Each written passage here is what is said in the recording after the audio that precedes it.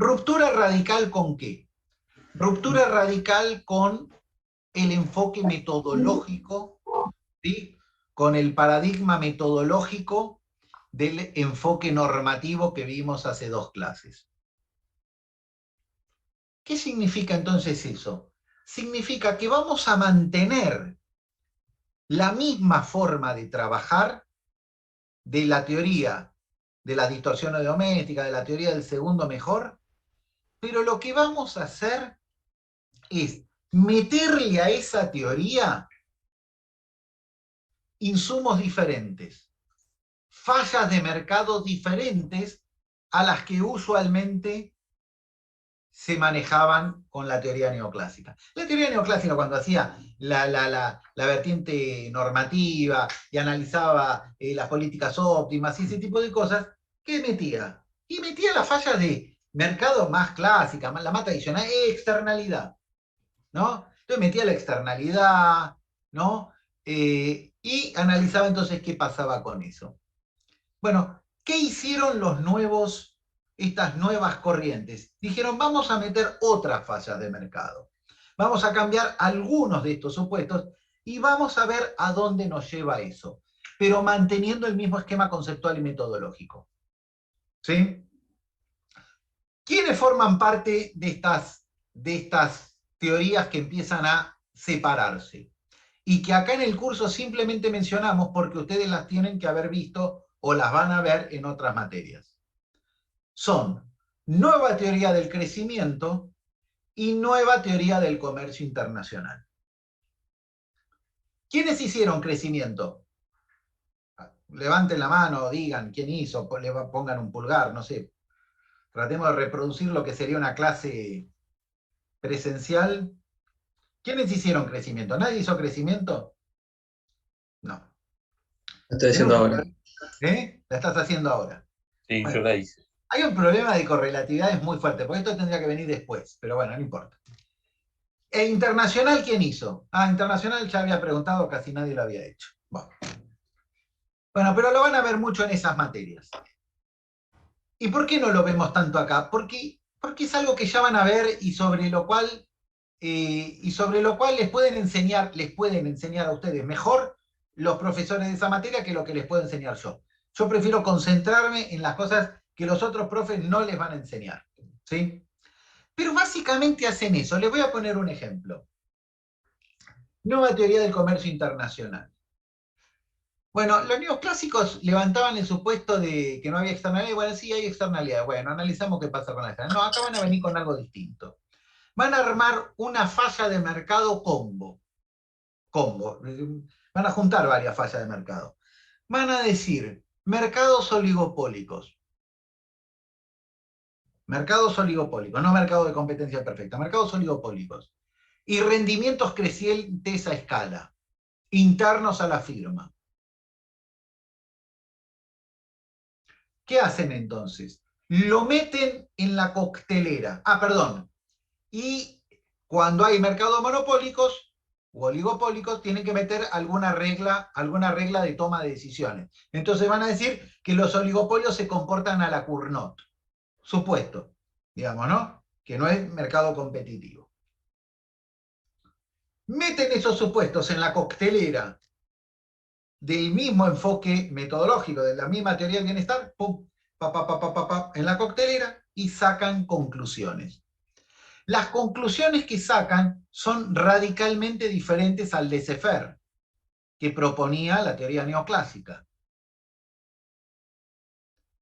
Básicamente la conclusión que van a sacar es que en ese tipo de contextos, la política comercial intervencionista, la intervención comercial, la política comercial, puede ser una política adecuada para un país. ¿Bajo qué lógica? Bajo la misma lógica que el argumento de los términos del intercambio, que lo vimos en clase. ¿Sí? Que era que si Europa pone aranceles, se beneficia a Europa porque baja el precio internacional del producto que está comprando, de los cereales que está comprando. ¿Sí? Si la OPEP pone restricciones a la venta, también se beneficia a la OPEP, a la exportación, también se beneficia a la OPEP porque hace que suba el precio internacional del petróleo. Entonces transfieren renta desde afuera hacia adentro. Bueno, todo este combo de fallas de mercado que les planteé permite más o menos traducir ese argumento al ámbito micro, no al ámbito de un sector en su conjunto, sino de una empresa en particular. Y el ejemplo prototípico que toman es el de Airbus contra Boeing, ¿no? Entonces, lo que decían es, si yo tengo competencia monopolista entre Airbus y Boeing, rendimientos, o sea, economías de escala que me permiten tener costos marginales decrecientes, no costos marginales crecientes, costos marginales decrecientes. Entonces, si un gobierno desarrolla una política de promoción estratégica para esa empresa, para Airbus, porque era Europa el que hacía eso, si Europa subsidia a Airbus, entonces le permite bajar por la curva de costos decrecientes, ser más competitivo y terminar exportando más. ¿Sí? Entonces llega a la conclusión de que la política intervencionista puede ser favorable, inclusive la política comercial, porque puede ser un subsidio o puede ser una protección comercial. Yo protejo a Airbus, como le doy todo el mercado europeo a Airbus, le permito aumentar la venta. Al aumentar la venta, pueden bajar sus costos, porque recuerden, al haber economía de escala, los costos marginales son decrecientes. Al bajar los costos, se tornan competitivos. Y al ser competitivos, pueden exportar. Entonces, arrancan en una situación de poca competitividad, terminan en una situación de alta competitividad. Entonces, la protección comercial fue favorable y fue el equivalente a una promoción de exportaciones. Es como si el sesgo antiexportador hubiera sido negativo. ¿Se entiende? Es decir, la protección comercial terminó promoviendo las exportaciones en vez de desincentivándolas. ¿Más o menos me siguen hasta acá? Bueno, no hay mucho feedback. Algunos de los que tienen cámara me dan alguna señal de que sí. Bueno. Y los que no prenden cámara, la verdad no tengo idea. Así que bueno, paciencia. ¿Sí? Si quieren prender cámara o manifestar de alguna manera si entienden o no entienden, yo respondo a eso y si no, no tengo forma. La telepatía es una de mis capacidades poco desarrolladas hasta el momento. Bien. Pero no importa. No importa si entendieron o no entendieron, porque yo solo estoy dando un ejemplo. Estoy dando un ejemplo de dos corrientes de pensamiento, nueva teoría del comercio internacional, nueva teoría del crecimiento, que la ruptura que hacen es con ciertos supuestos de la teoría neoclásica. Con ciertos supuestos. Entonces dicen, levanto este supuesto y veo cómo el mismo enfoque metodológico me lleva a conclusiones diferentes. Bien, listo, ya está. Eso lo van a ver en crecimiento y en internacional. Pero ahora vamos a ver una serie de corrientes, y en la clase de hoy una en particular, que viene a generar una ruptura más radical. Vamos a generar una ruptura más radical con la teoría neoclásica. Y entonces viene la pregunta.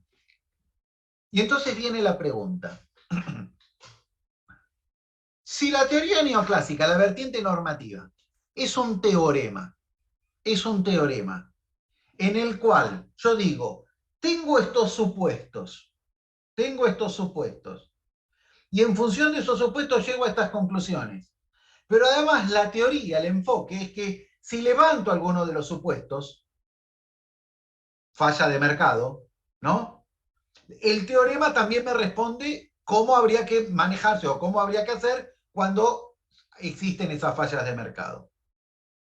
¿Se entiende? Es un teorema que aplica cuando se cumplen los supuestos de la teoría neoclásica, los supuestos de competencia perfecta, no hay externalidades, bla, bla, bla, bla, bla, bla. Y también se cumple esa teoría cuando no se cumplen esos supuestos. ¿Por qué? Porque cuando hay externalidades, la teoría te dice que hay que hacer. Cuando hay competencia imperfecta, te dice que hay que hacer. Y entonces la pregunta que les hago es, ¿cómo genero una ruptura más fuerte, más radical contra un teorema de esta naturaleza? ¿Cómo le pego? ¿Cómo hago para pegarle?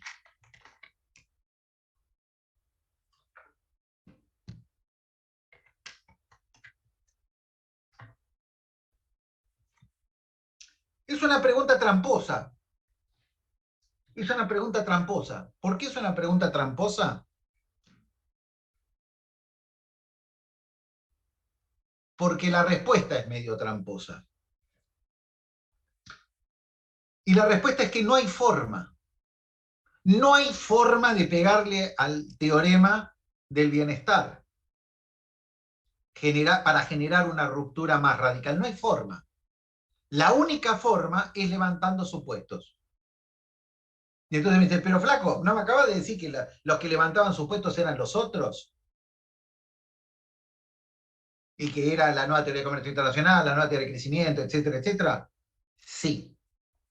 La diferencia es que estos que van a venir a generar una ruptura más radical no levantan los mismos supuestos que los otros, levantan otros. Y levantan ciertas cosas que son como más críticas. Entonces vamos a empezar. Primer supuesto, bueno, perdón, ¿cómo se llaman los autores que vamos a ver en la clase de hoy? Institucionalistas. Institucionalistas. ¿Estamos de acuerdo? Paper que sugerimos en la cátedra, el de North, que fue Premio Nobel de Economía, uno de los líderes de la teoría institucionalista. ¿Estamos? Bien. ¿Qué dicen estos autores? Bueno, al revés, vamos a ver. Cuando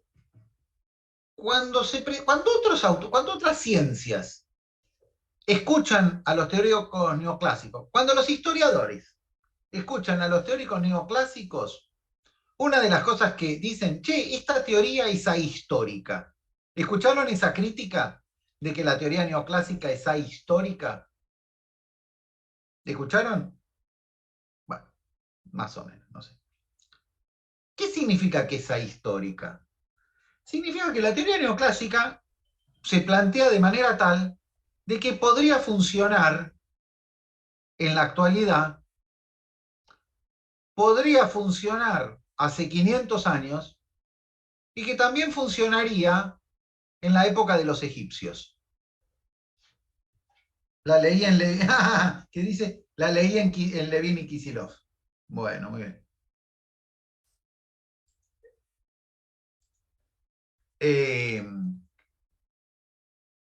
Kisilov, el de la provincia de Buenos Aires. Bien, el mismo, el mismo.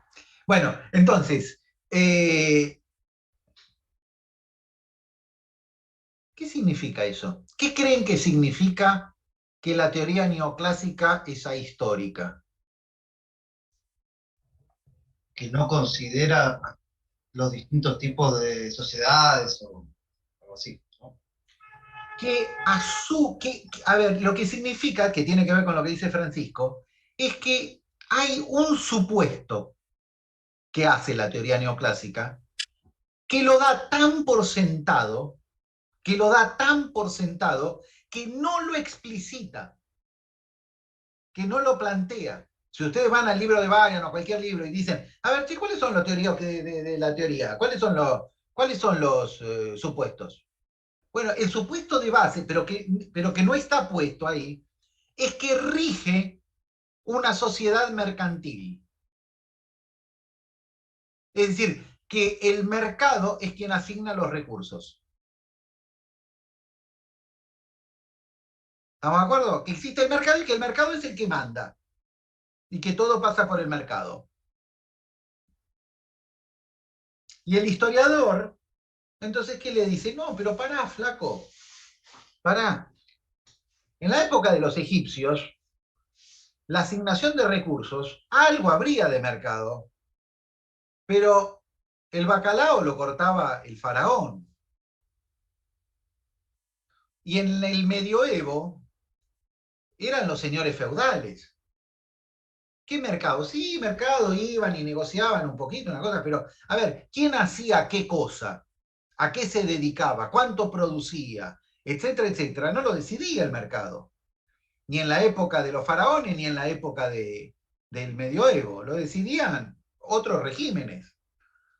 Pero los neoclásicos de eso ni se enteran. Nada. Lo asumen como dado. ¿Sí? Entonces, históricamente, siempre otras ciencias le decían, che, teoría neoclásica, ustedes son totalmente ahistóricos. Bueno, vienen los institucionalistas y les dicen, atención, atención, neoclásicos. Ustedes son ahistóricos, pero son ahistóricos no solo comparándose con los faraones o con el medioevo, sino que también se les está pasando que este supuesto de base que ustedes están dando, por supuesto, no se da en todos los países, en todas las regiones, en todo lado de la misma manera. Y eso tiene implicancias para el desarrollo económico.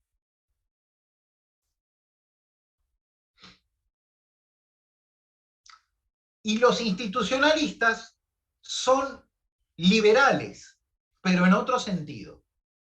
¿Sí? En un sentido no neoclásico. Vamos entonces a ejemplificar. Yo hace unos años, tengo un primo americano, ¿no? Hace unos años vino a quedarse a casa, ¿no? Era mucho más joven que yo. Entonces, tenía 18, 19 años, vino a quedarse a casa. En Argentina, le dimos la habitación de uno de mis hijos. El muchacho era medio hipón, ¿no? Llegó y a las 2 horas ya había encontrado un proveedor. Después me dejó un tufo en la pieza de los chicos que tuve que estar ventilando un mes. Entonces consiguió proveedor a las 2 horas, a las 4 horas estaba con el amigo, porque eran dos amigos, cantando con la guitarra, toda la mano. Ahora, un día baja la escalera y está como sacado.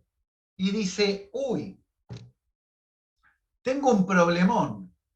Mi landlord no recibió el pago del alquiler. El landlord es el que le alquilaba el departamento ahí en Estados Unidos. Y estaba recontra preocupado. Y yo digo, ¿de qué te calentás? ¿Viste? Vos que siempre estás tranquilo por la vida. ¿Por qué te preocupas? No, porque me va a echar. Bien, me acordaba de eso. Al poco tiempo, mis papás, que tenían un departamento para alquiler y que con eso cubrían sus ingresos de jubilados, el inquilino se fue y dejó a la ex esposa, que era medio loca, y trataron de desalojarla. Tardaron 2 años.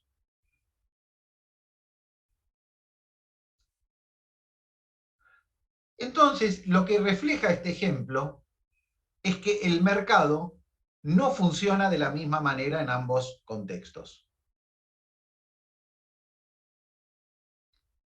Y el no funcionamiento de esas reglas de mercado, ¿qué implicancias tiene? Por ejemplo, que en Argentina se tarde 2 años para desalojar a un inquilino que no paga. ¿Qué implicancias tiene?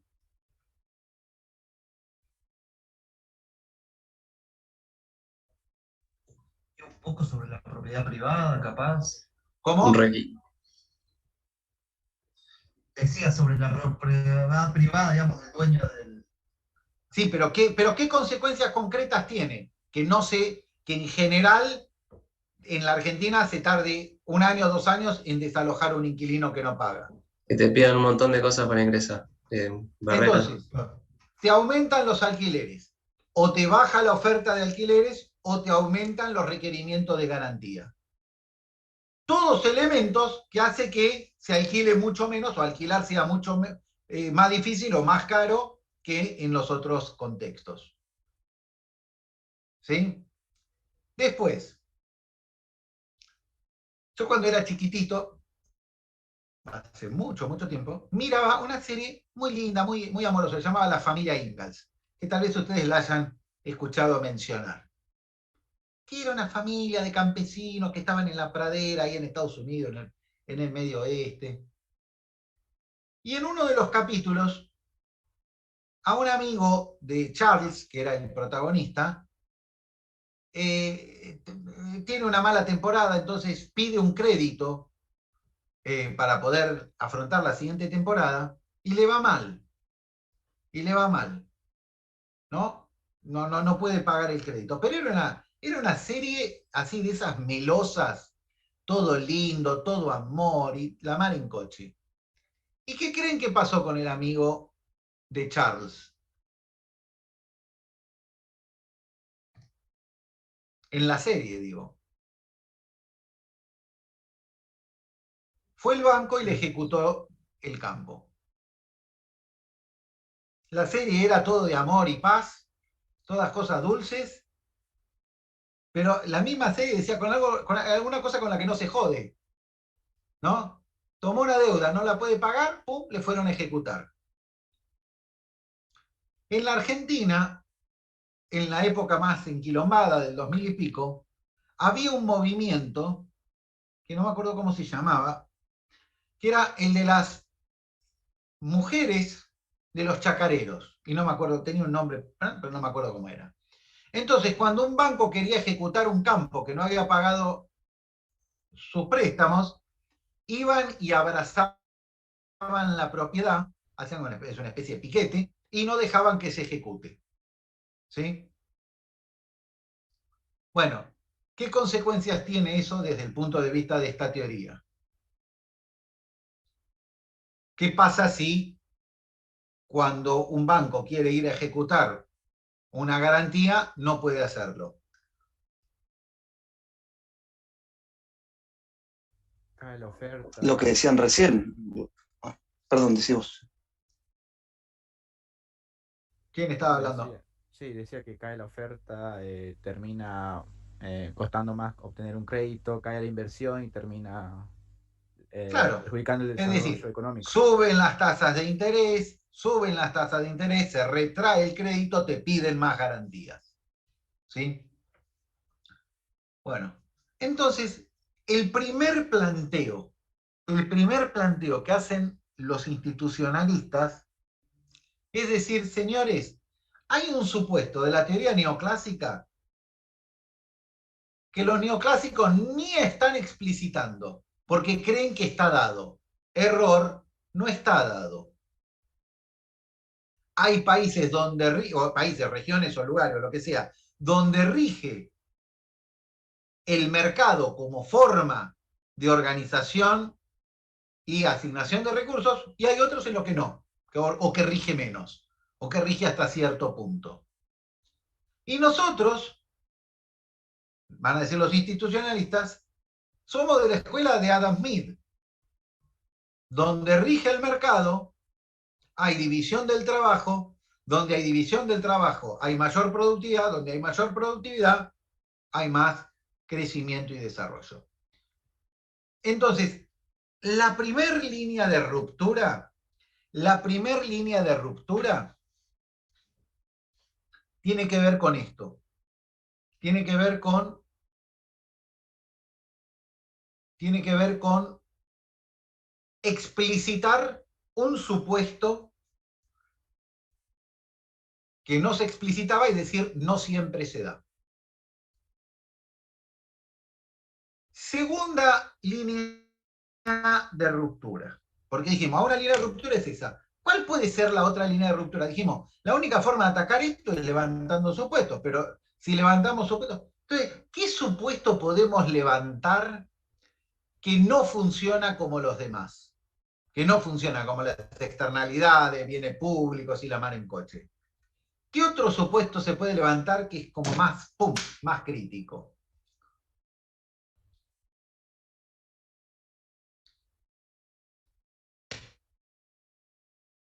Que este sí está explicitado.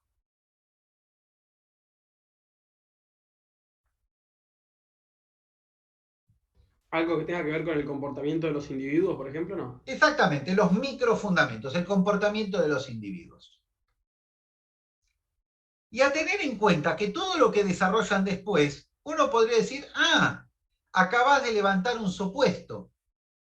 El supuesto que levantaste es el de los microfundamentos, entonces es una falla de mercado. Y entonces uno podría decir, bueno, pero entonces la política óptima, ¿cuál es? cambiar el comportamiento de los agentes. Ahí es donde se hace un poco tricky, se hace un poco rara la cuestión. Técnicamente se podría ir por esa línea de trabajo, pero la cuestión es que es más difícil. Y efectivamente, levantando los microfundamentos,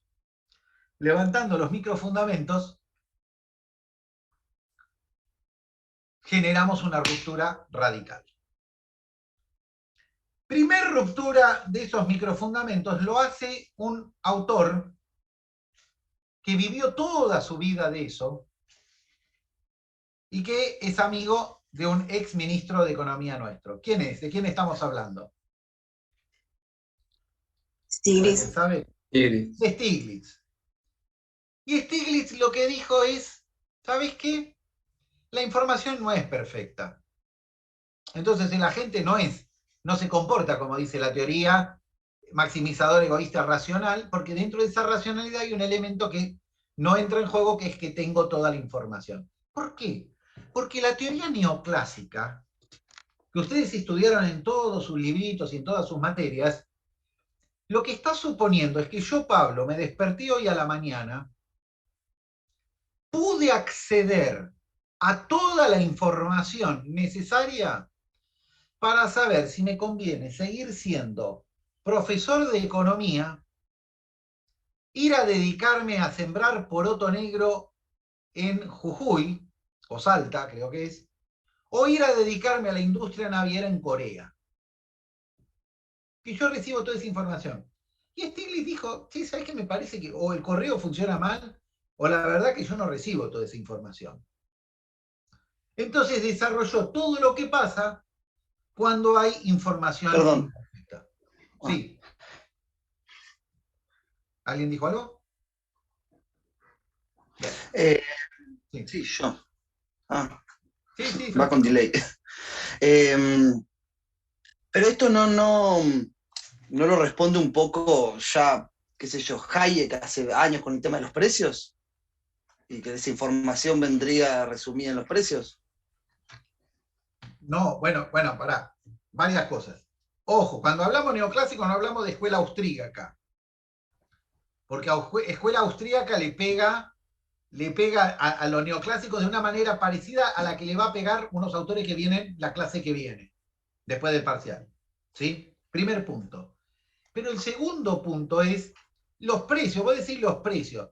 Pero de vuelta, se supone que yo veo todos los precios.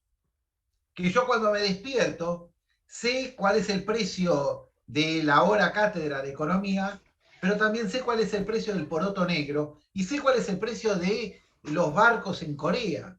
Los precios están, pero yo no los tengo. ¿Se entiende?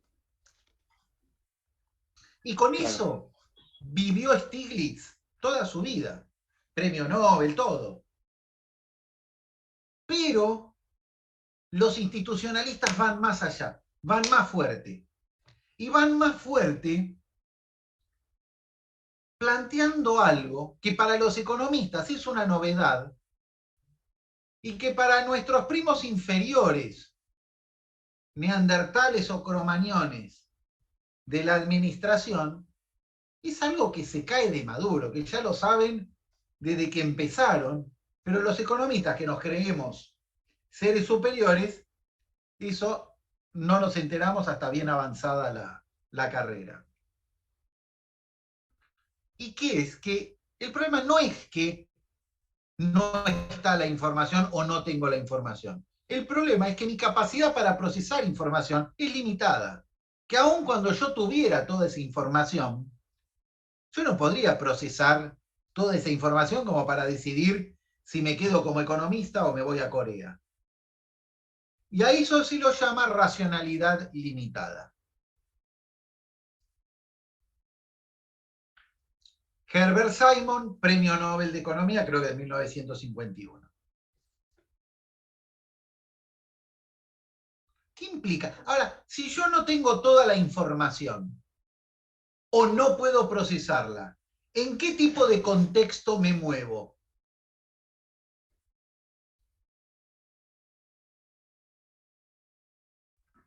Irracional puede ser, dejo de ser No, irracional no. No puedo hacer. No, irracional no, porque contexto de irracional incertidumbre. implicaría como que. ¿Qué implicaría irracional? Irracional implicaría como, no, que yo con la información que tengo la proceso al revés, la proceso mal, saco conclusiones erróneas. ¿Cómo se llama un contexto en el cual no tengo toda la información que tendría que tener o no tengo tiempo o capacidad para procesarla? De incertidumbre. De incertidumbre. Entonces me muevo en un contexto de incertidumbre. Fíjense cómo estamos metiendo todas cosas que no estaban en la teoría del bienestar. Vos la podías mirar para un lado, mirar para el otro y no está esto en la teoría del bienestar. Y con esto van a empezar a trabajar los autores estos. Entonces vamos a empezar a dibujar. No dibujo, ¿no? Ahí va.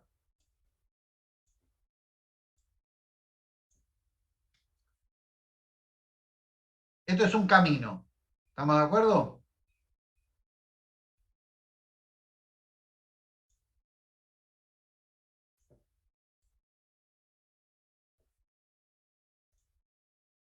Lo bueno de la virtualidad es que ustedes dirán, che, dibuja mal porque lo está haciendo con este cosito, pero cuando estoy en el pizarrón dibujo igual de mal. Acá tiene los faros delanteros. Entonces yo les pregunto, este auto, con lo que están viendo ustedes, un camino y un auto, ¿este auto está yendo rápido o despacio? No sabes. ¿Cómo? No sabes. No sabés. A lo que me No digas. puedes saberlo. No sabés. No sabés. Ahora yo voy a hacer una cosa, Yo voy a hacer lo siguiente. Bueno, sale como lo.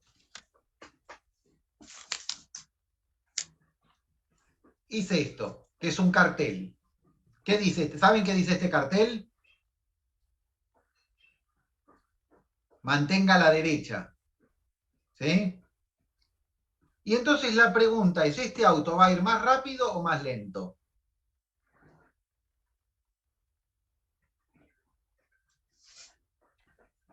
Solamente que haya aparecido ese cartel.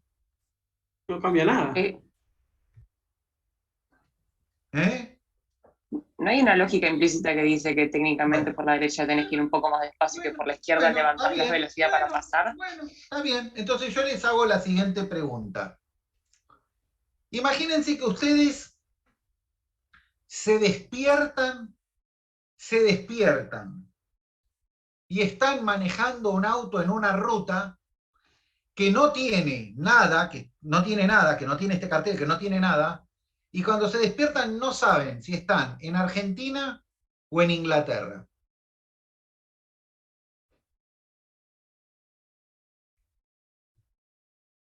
O se despiertan y ven que el camino tiene esto y que está este cartel. Entonces, ¿en qué contexto van más rápido?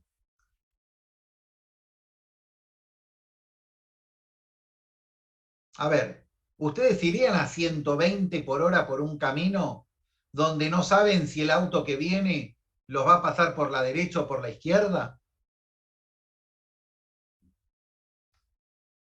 No. Tuvimos el tema de la pandemia. ¿Alguna vez les pasó ir por la calle Florida o por alguna calle muy concurrida donde no está esta regla, y que viene un tipo caminando y que vos ves que viene caminando y que vos no sabés si irte para la derecha, para la izquierda, para la derecha, para la izquierda, y que en algún momento hasta te chocás con esa persona porque no se pusieron de acuerdo por dónde se van a pasar? Bueno, entonces lo que dicen los institucionalistas es, en un contexto de incertidumbre, los agentes enfrentan muchos costos de transacción que los hacen ser improductivos. Las instituciones, que son reglas de juego, reducen la incertidumbre reducen esos costos de transacción y permiten aumentar la productividad del sistema.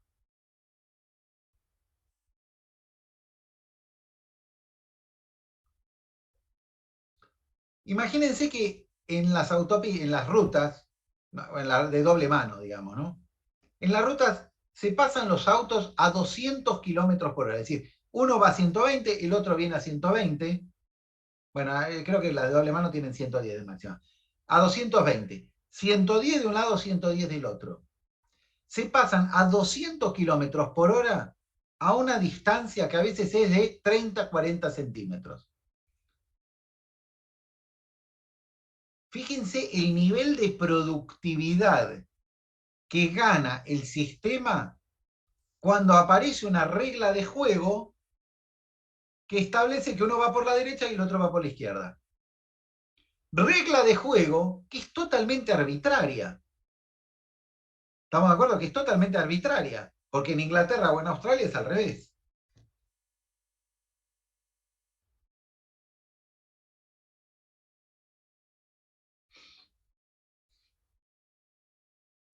Este auto, ya con las reglas de juego iría más rápido, con las mismas reglas de juego, iría más rápido en Alemania o en Brasil, o en Argentina.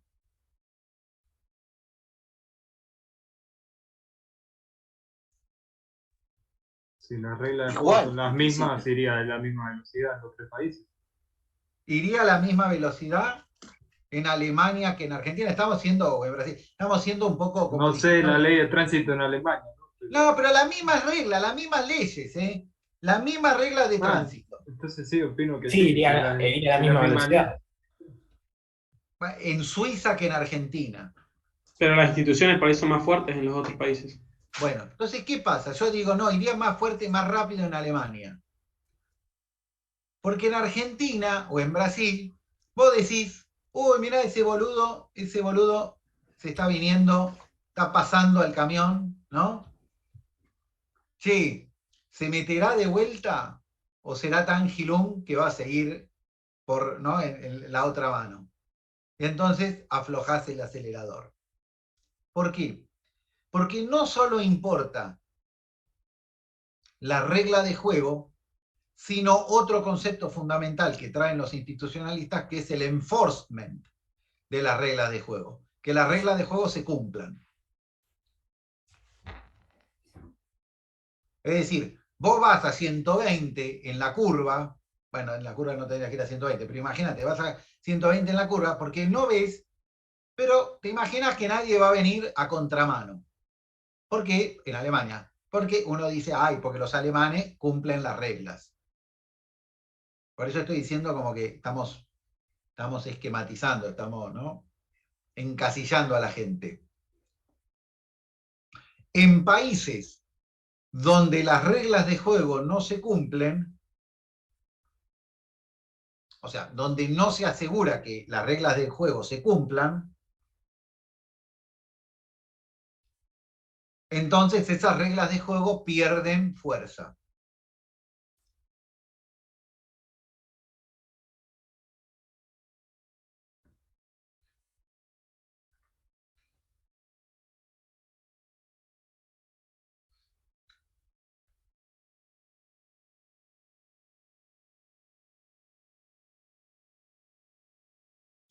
Si uno quiere dar una vuelta manzana a la facultad en auto, ¿cuánto tarda?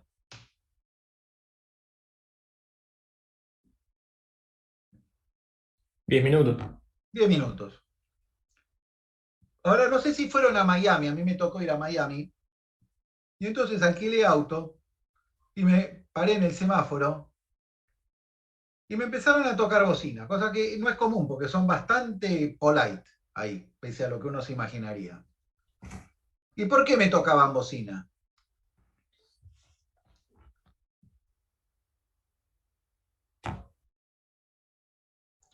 Porque no estaba por el carril. Ah, sí. Porque en Miami se puede doblar a la derecha con luz roja.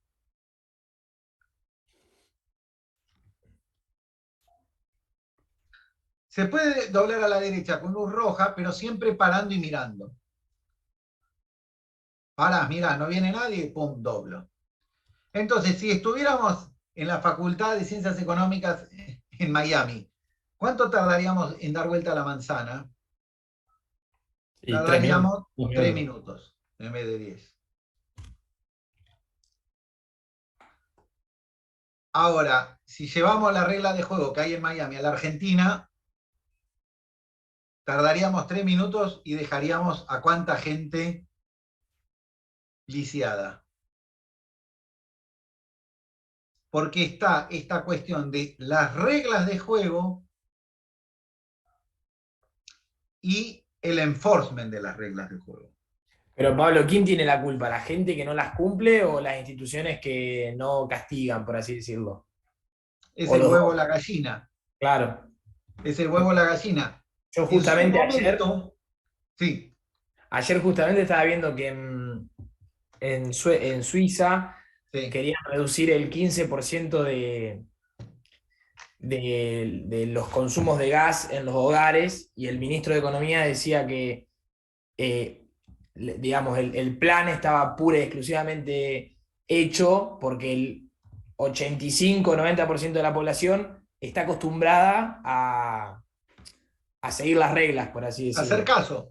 A hacer caso, exacto. Y me acordé instantáneamente de cuando Macri dijo el aire 24, y yo me incluyo, nadie puso el aire en 24. Entonces, Bueno. quizás en Suiza, cuando dicen algo, la gente lo acata y acá no. Bueno, entonces aprovechamos lo que estás comentando para introducir otro concepto. Instituciones formales e instituciones informales. Instituciones formales son las reglas de juego explícitas. El cartelito, las leyes, los reglamentos. Las reglas de juego informales, las instituciones informales, son todas aquellas otras normas no explícitas que inciden en nuestro comportamiento. Política, religión, creencias, cultura. ¿Sí? Entonces, dicen los siguiente, uno puede cambiar las instituciones formales con más facilidad que las instituciones informales. Y es por eso que no se pueden importar instituciones formales acríticamente, sin pensar si son compatibles o no con la cultura del país.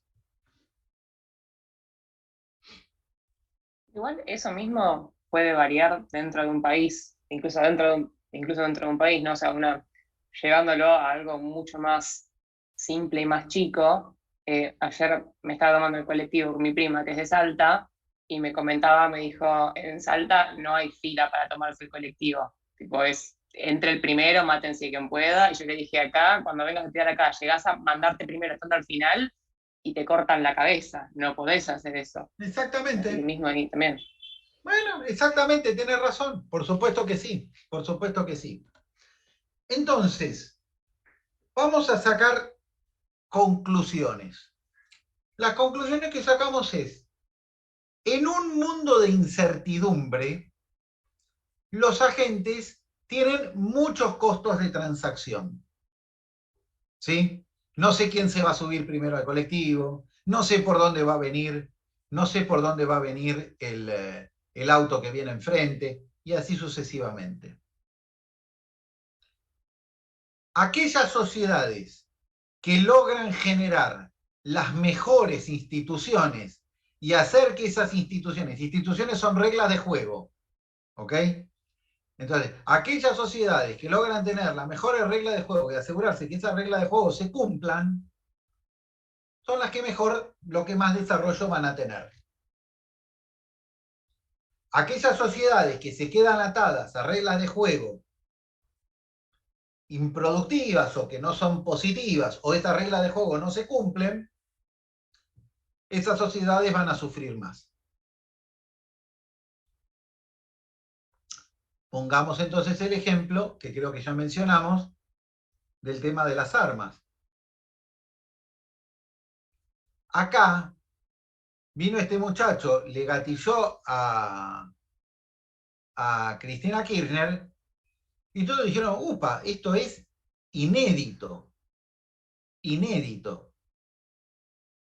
Y vos vas a Estados Unidos, y en Estados Unidos, si pasa algo así, dirían, esta es la 19ª vez.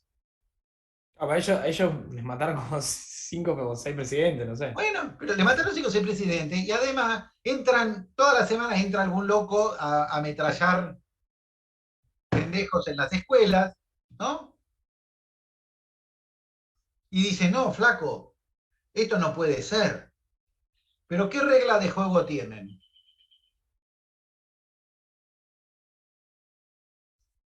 ¿Qué regla de juego tienen? Que cualquiera puede conseguir armas en cualquier lado. La segunda enmienda. Enmienda, sí. La segunda enmienda constitucional.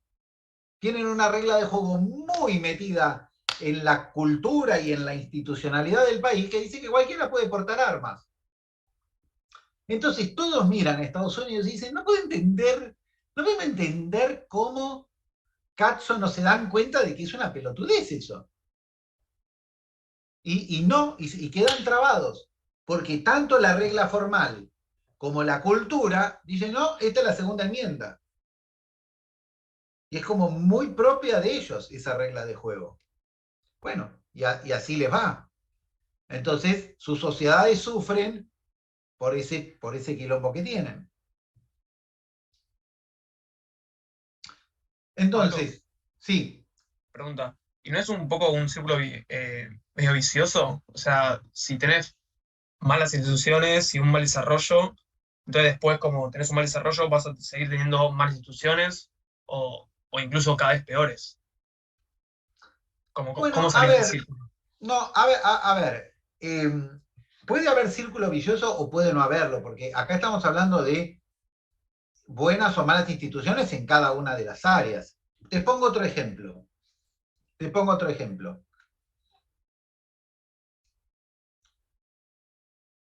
Vas a comprar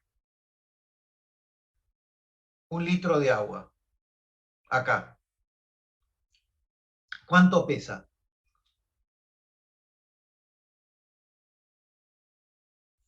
¿Cuánto pesa? 1 kilo se supone, ¿no? Aproximadamente. 1 kilo, ¿no? Y si lo pones en un cuadrado, ¿cuánto mide? En un cubo. ¿Cuánto mide ese cubo? No sé. 10 por 10 por 10. 1000 centímetros cúbicos. Sí. Bueno. Entonces, imagínate que vas a Estados Unidos. Y entonces empezás, no, esto es un quarter gallon. ¿Que cuánto mide? Mide 3 libras con 28 inches, con 28 pulgadas. ¿Y cuánto pesa? Bueno, y empezás así. Y eso es una pesadilla. El sistema métrico decimal, no decimal, el sistema, no sé cómo era, el sistema de medición, el sistema de medidas que tienen en Estados Unidos, ¿sí? Es un dolor de huevos. Pero para nosotros. Para nosotros, pero para ellos también. Sí, uno dijera, no, imagínate que Estados Unidos, en vez del sistema que tienen, tuvieran un sistema distinto, más sencillo, la vida les sería más fácil. ¿Se entiende? Pero quedan anclados en esa regla de juego. Vamos a poner otro ejemplo. El otro día leí en el diario que Sarmiento, debe ser así porque lo leí en el diario, vieron que fue el 11 de septiembre, que Sarmiento sugirió simplificar el lenguaje. No sé si vieron esa nota. ¿La de la G y la J? ¿Puede Sí, ser? la G, la J, la S, la C.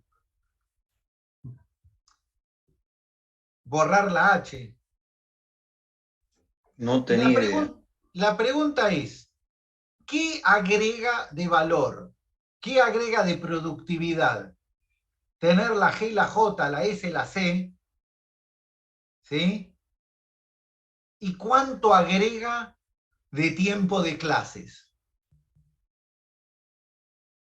Es decir, si vos escribís bien, ¿cuánto tiempo tuviste que invertir en aprender a escribir bien con estas reglas ortográficas versus unas reglas ortográficas simplificadas?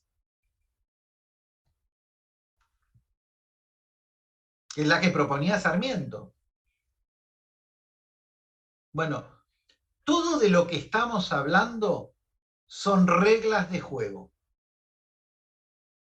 Entonces, ¿qué dicen los institucionalistas? Los institucionalistas lo que dicen es, señores, vos tenés esa cosa neoclásica de los triangulitos, que no me acuerdo ahora cómo se llaman, los triangulitos del bienestar, lo que podés ganar, ¿no?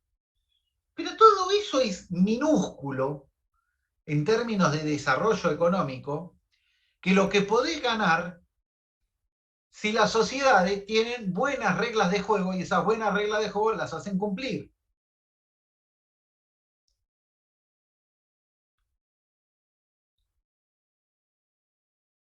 Entonces, el análisis del desarrollo económico pasa a ser más que un análisis en términos de si la política comercial, la política comercial, o esto, lo otro, que pasa a ser una regla de juego más, sino de todas las reglas de juego que están reglando el funcionamiento de la sociedad y que acotan la forma de comportamiento de los agentes.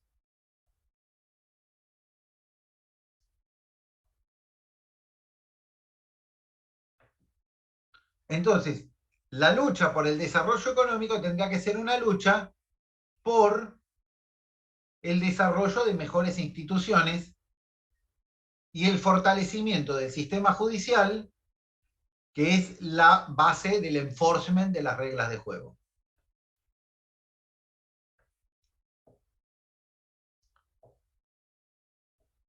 A ver, de ustedes, porque ustedes decían si se pueden cambiar o no se pueden cambiar, ¿no? De ustedes, ¿quiénes de ustedes usan cinturón de seguridad? ¿Hay alguno que no lo use? Al revés. ¿Alguno no usa cinturón de seguridad? Yo no soy de Buenos Aires, pero no lo uso mucho. Bueno. Bueno, porque acá, ahora la mayoría lo usa. Pero cuando yo era joven, la mayoría no lo usaba. Y hubo toda una campaña muy fuerte para que se use el cinturón de seguridad. Época en que ponían multas, época que te llenaban el anuncio, che, salva tu vida, bla, bla, bla. Todo un esfuerzo para instaurar una nueva regla de juego. ¿Sí? Bueno, esos son los cambios de reglas de juego que se pueden ir haciendo. Mezcla de enforcement, mezcla de cambio cultural.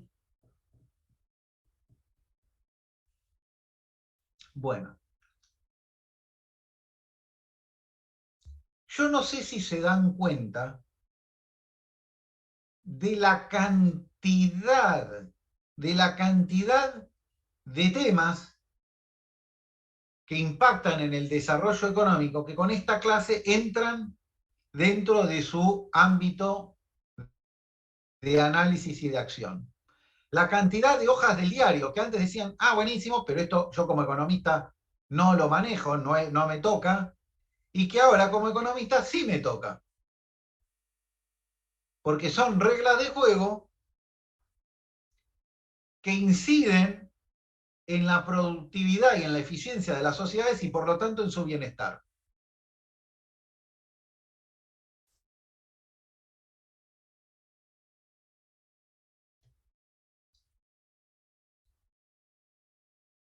Entonces, la teoría institucionalista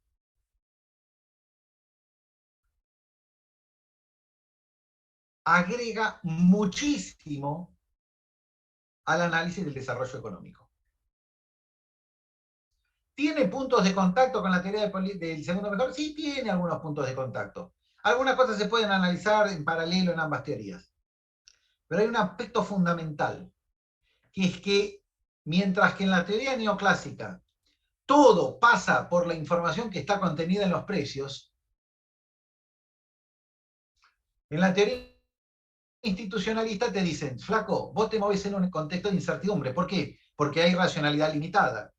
Y como hay racionalidad limitada, el agente no es que puede analizar todos los precios y sacar la misma, todos los agentes sacan las mismas conclusiones de los precios que están viendo, sino que se rigen por distintas reglas de juego, explícitas e implícitas, que le ayudan a proceder y a tomar decisiones.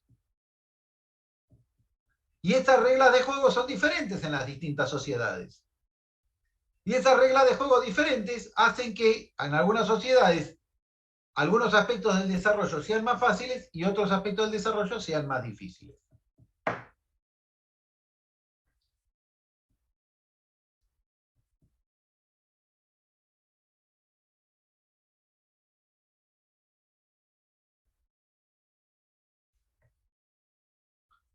La convertibilidad, vista desde un punto de vista más tradicional, más de la macroeconomía, era una política económica, era una política cambiaria, o monetaria, llamémosla, no sé. ¿Sí?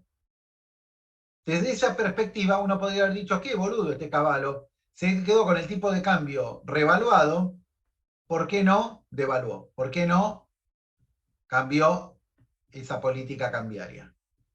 Desde un punto de vista institucionalista, la convertibilidad era algo como la segunda enmienda de los Estados Unidos. Era algo que constitutivo de la cohesión social. Por eso era constitucional casi. No era constitucional, era una ley, podía pasar al Congreso y ya cambiarla. Pero llegó a meterse tanto como algo constitucional. ¿Por qué? Porque fue lo que permitió sacar a la sociedad de la hiperinflación. Por eso la gente no veía esa posibilidad de salirse de esa regla de juego. Tan adentro estaba.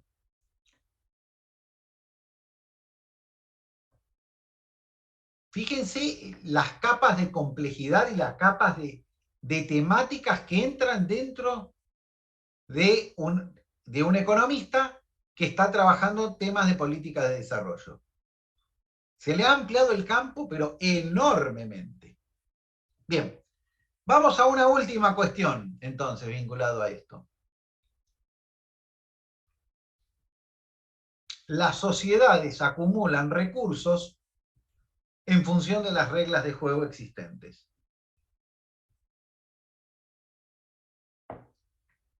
En los 80, en la Argentina, según las reglas de juego imperantes en esa época, ¿cómo se ganaba guita en los 80?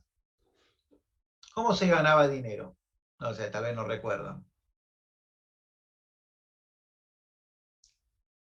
Se ganaba dinero con la bicicleta financiera. ¿Quiénes eran los que decidían dentro de las empresas? ¿Quiénes eran los capangas dentro de las empresas? Los gerentes financieros. ¿Cuál era la carrera más estudiada?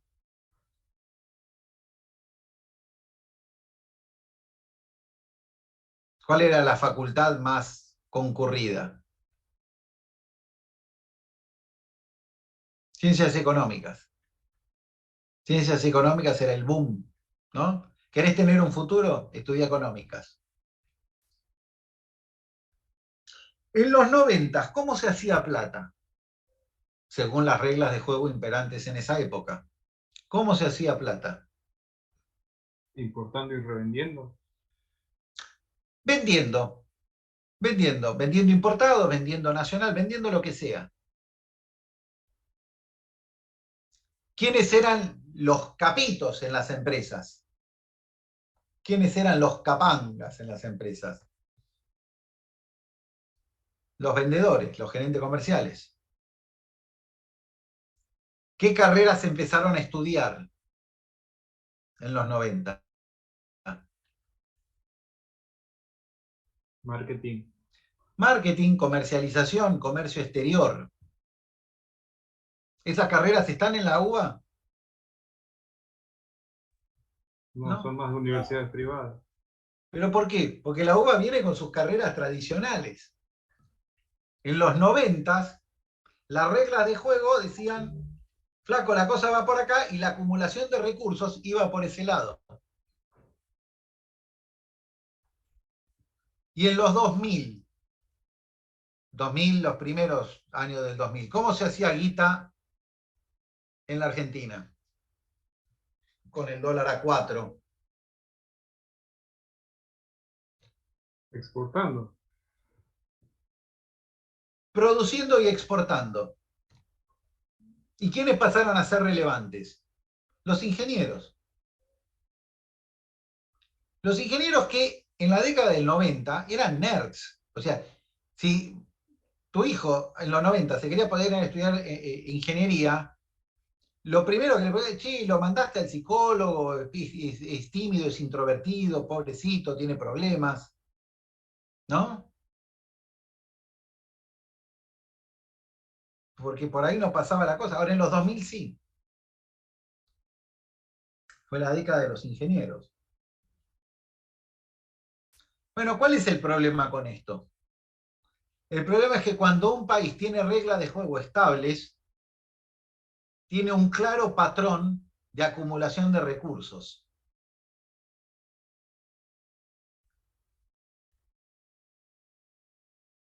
Tiene un claro patrón de acumulación de recursos. En cambio, cuando las reglas de juego son tan inestables, acumulamos recursos para cualquier lado. Una década para un lado, otra década para el otro, y así sucesivamente. Y cuando esos recursos que se acumularon según ciertas reglas de juego quedan subutilizados porque las reglas de juego cambiaron, ¿qué hacen esos recursos?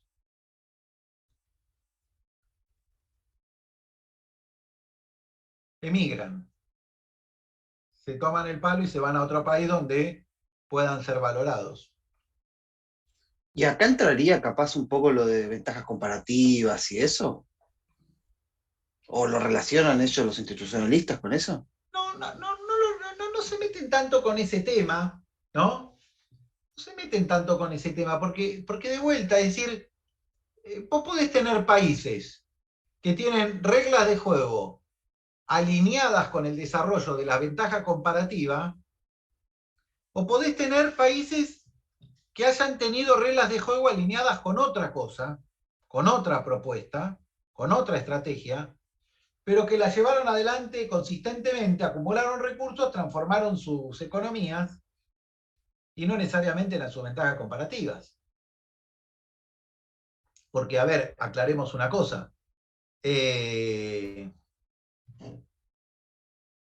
Corea, hace 60 años, no tenía ventaja comparativa en esto, en Samsung. No tenía ventaja comparativa en teléfonos. Con lo cual, la estrategia de los países del sudeste asiático no fue seguir con las ventajas comparativas, pero tenían reglas de juego muy claras que promovían cierto tipo de desarrollo, lo mantuvieron durante 40 o 50 años.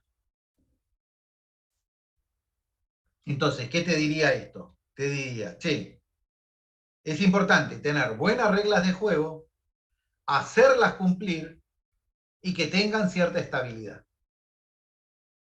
¿Por qué? Porque a los agentes les toma tiempo acostumbrarse, que hay como un proceso de maduración, y además porque las sociedades acumulan recursos en función de esas reglas de juego.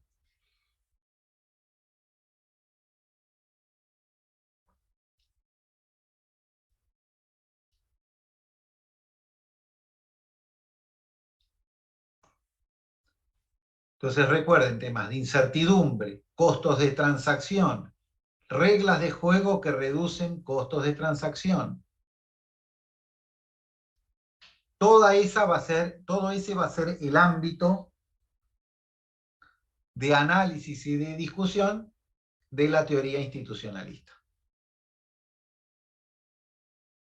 Estos sí vienen a hablar en un lenguaje bastante diferente al de los neoclásicos. a diferencia de la nueva teoría del crecimiento y de la nueva teoría del comercio internacional, que en sus derivaciones de política son más radicalmente heterodoxos que los institucionalistas. Es decir, los tipos de la nueva teoría comercial se vuelven más intervencionistas que los mismos institucionalistas, si se quiere, de alguna manera. Los institucionalistas siguen siendo muy liberales. ¿Por qué? ¿Pero por qué? Porque los institucionalistas siguen teniendo una confianza muy fuerte en el mercado como regla de juego muy potente o muy poderosa para el desarrollo económico. Pero de vuelta, no nos quedemos con esa faceta liberal de los institucionalistas. Porque eso es el institucionalismo liberal. Quedémonos con la esencia del planteo institucionalista, que es la ruptura del supuesto de microfundamentos y poner en evidencia la importancia de las reglas de juego con las que se maneja cada sociedad, cómo esas reglas de juego reducen la incertidumbre y le dan un marco a los decisores, a los agentes que toman decisiones, y cómo para que eso lo hagan de manera efectiva tiene que haber un adecuado enforcement, un adecuado cumplimiento de esas reglas de juego. El desarrollo de los asiáticos puede ser un ejemplo de buenas reglas de juego, pero no necesariamente liberal, digamos. Bueno, ahí tenés buenas reglas de juego en un sentido no liberal. ¿Sí? En un sentido no liberal. Pero después tenés otros que son reglas de juego más liberales. Es más, fíjense en buena cuestión. Chile, que nosotros dijimos consenso de Washington, ¿no? Casi a pleno, regla de juego, el cobre es nacional. El cobre no se privatiza. Fueron 10 veces más a fondo con el consenso de Washington que la Argentina, pero el cobre no lo privatizaron. Bueno, y de eso tenemos para analizar muchísimas cosas. Entonces, simple mensaje para cerrar la clase de hoy. Fíjense un nuevo enfoque, que tal vez no lo habían escuchado mencionar. Lo que vimos es la recontra super puntita del iceberg. Esto es toda una corriente de pensamiento. ¿Ok? No tiene la envergadura que los neoclásicos, no tiene tanta literatura, no tiene tanta biblioteca como los neoclásicos, pero tiene. Y lo que hicimos en esta clase fue mirar una puntita del iceberg. A los que les interese el tema, tienen vía libre para seguir estudiando y para seguir buscando y analizando todo lo que tiene que ver con la corriente institucionalista. ¿Algunos de Edward North dijiste que era autor de esta corriente? Douglas North. Sí, North. Es como el padre uno de los padres de esta corriente. Bueno, Herbert Simon es el que inventó este concepto de racionalidad limitada, pero ya hace como 70 años. Bien. Pablo pregunta. Sí. Entonces, o sea, cuando hay reglas de juego claras, estables y un enforcement y demás, ahí sí aceptarían la teoría neoclásica. O sea, todo el resto, lo que plantean los neoclásicos, lo siguen manteniendo, ¿o no? No, de vuelta. Algunos institucionalistas que valoran al mercado como la institución más potente para el desarrollo económico, te dirían, para que haya desarrollo económico, se necesita que el mercado no sea un presupuesto, sino que sea un supuesto real, es decir, que exista mercado. Explicítalo porque se tiene que cumplir, no es obvio que se cumpla. Y en segundo lugar, hace todas las reglas de juego adicionales que son necesarios, además del mercado, para que la sociedad sea más productiva. Y los que vayan ganando en ese terreno son los que más desarrollo van a tener. Ahora, cambiar ciertas instituciones no es fácil. Y por eso es el tema del esfuerzo que le implica a los países desarrollarse y generar reglas de juego más productivas. El ejemplo del lenguaje es una recontra sencilla. ¿Cuántos años de enseñanza te podrías ahorrar si tuvieras un lenguaje simplificado? Lo decía Sarmiento, ¿no? De la misma manera, ¿cuántos minutos te ahorras dando la vuelta a manzana en Miami que en Buenos Aires?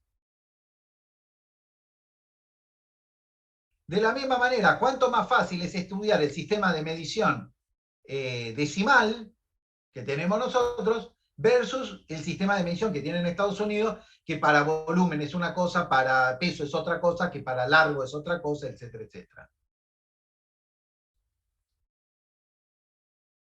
¿Se entiende? Y todo tiene que ver con eso. Es decir, con reglas de juego que le permiten a los agentes ser más eficientes en procesar la información disponible y tomar mejores decisiones. Bien, la clase que viene es el examen. La siguiente clase vamos a ir con otro enfoque que va a ser todavía más radical todavía, que va a plantear un quiebre con la teoría neoclásica todavía más fuerte.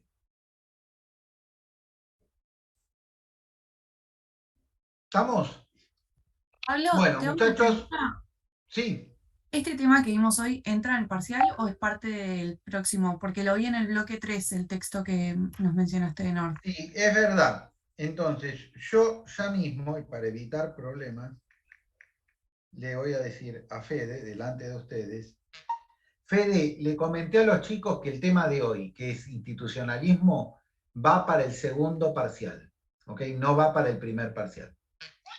Listo, ya todos estamos en sintonía. Perfecto, gracias, Pablo. Porque efectivamente, por un tema de... Porque el examen tiene que ser en clase presencial, entonces por un tema de cronograma metimos la clase virtual, hoy jueves que era virtual, metimos un tema que viene después. Bueno, chicos, suerte en el examen. Para el examen, la regla también de Estados Unidos, de la justicia. Es decir, toda la verdad, solo la verdad y nada más que la verdad. Es decir, sean concisos. Escribir de más no ayuda. ¿Estamos de acuerdo? Suerte en el examen y nos vemos en la siguiente clase.